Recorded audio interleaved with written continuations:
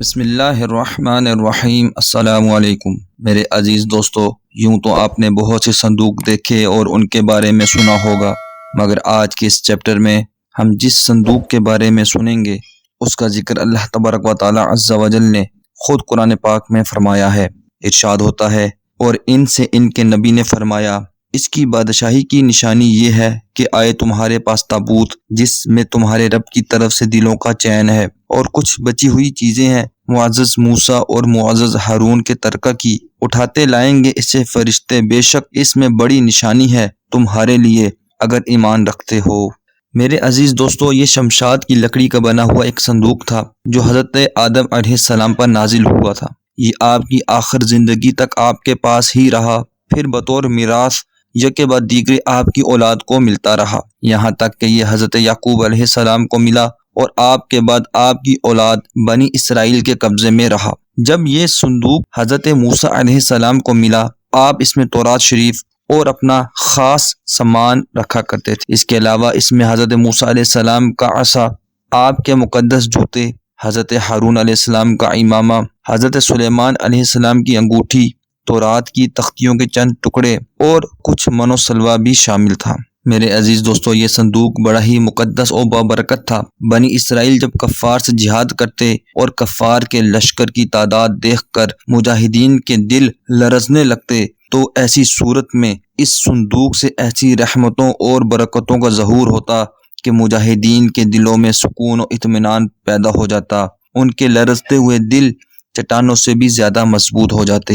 بنی اسرائیل میں جب کوئی اختلاف پیدا ہوتا تو لوگ اسی صندوق سے فیصلہ کراتے، صندوق سے فیصلہ کی آواز آتی اور فتح کی بشارت بھی سنی جاتی۔ بنی اسرائیل اس صندوق کو اپنے آگے رکھ کر اس کو وسیلہ بنا کر دعائیں مانگتے تو دعائیں قبول ہوتی، بلاؤں کی مصیبتیں اور وباؤں کی آفتیں ٹل جایا کرتی تھیں۔ الغرض یہ صندوق بنی اسرائیل کے لیے تابوت سکینہ، برکت و رحمت کا خزینہ اور نصرت خداوندی کے نزول کا نہایت مقدس اور بہترین ذریعہ تھا۔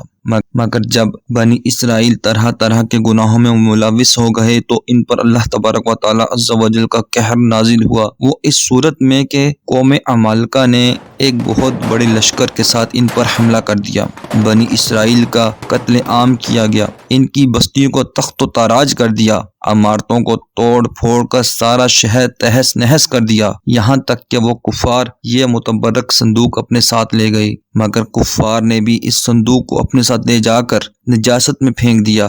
بے ادبی کا قوم عمالقہ پر یہ وبال پڑا کہ یہ لوگ طرح طرح کی بیماریوں میں مبتلا کر دیے گئے۔ قوم عمالقہ کے 5 بڑے شہر بالکل برباد اور ویران ہو گئے، یہاں تک کہ ان کافروں کو یقین ہو گیا کہ یہ صندوق کے رحمت کی بے ادبی کا عذاب ہم پر پڑ گیا ہے، تو ان کافروں کی آنکھیں کھل گئیں۔ انہوں نے اس مقدس صندوق کو ایک بیل گاڑی پر لاد کر بیلوں کو بنی اسرائیل کی بستیوں کی طرف ہانک دیا۔ پھر اللہ تبارک و تعالی عز و جل نے 4 فرشتوں کو مقرر فرما دیا جو اس مبارک صندوق کو بنی اسرائیل کے نبی حضرت شمیل علیہ السلام کی خدمت میں لائے۔ اس طرح پھر بنی اسرائیل کی کھوئی ہوئی نعمت ان کو دوبارہ مل گئی۔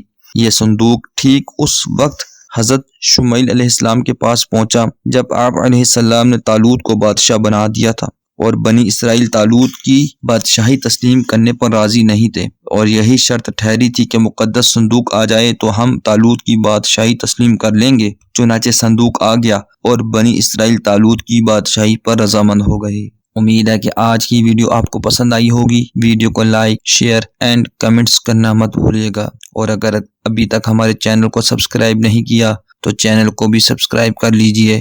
اللہ حافظ۔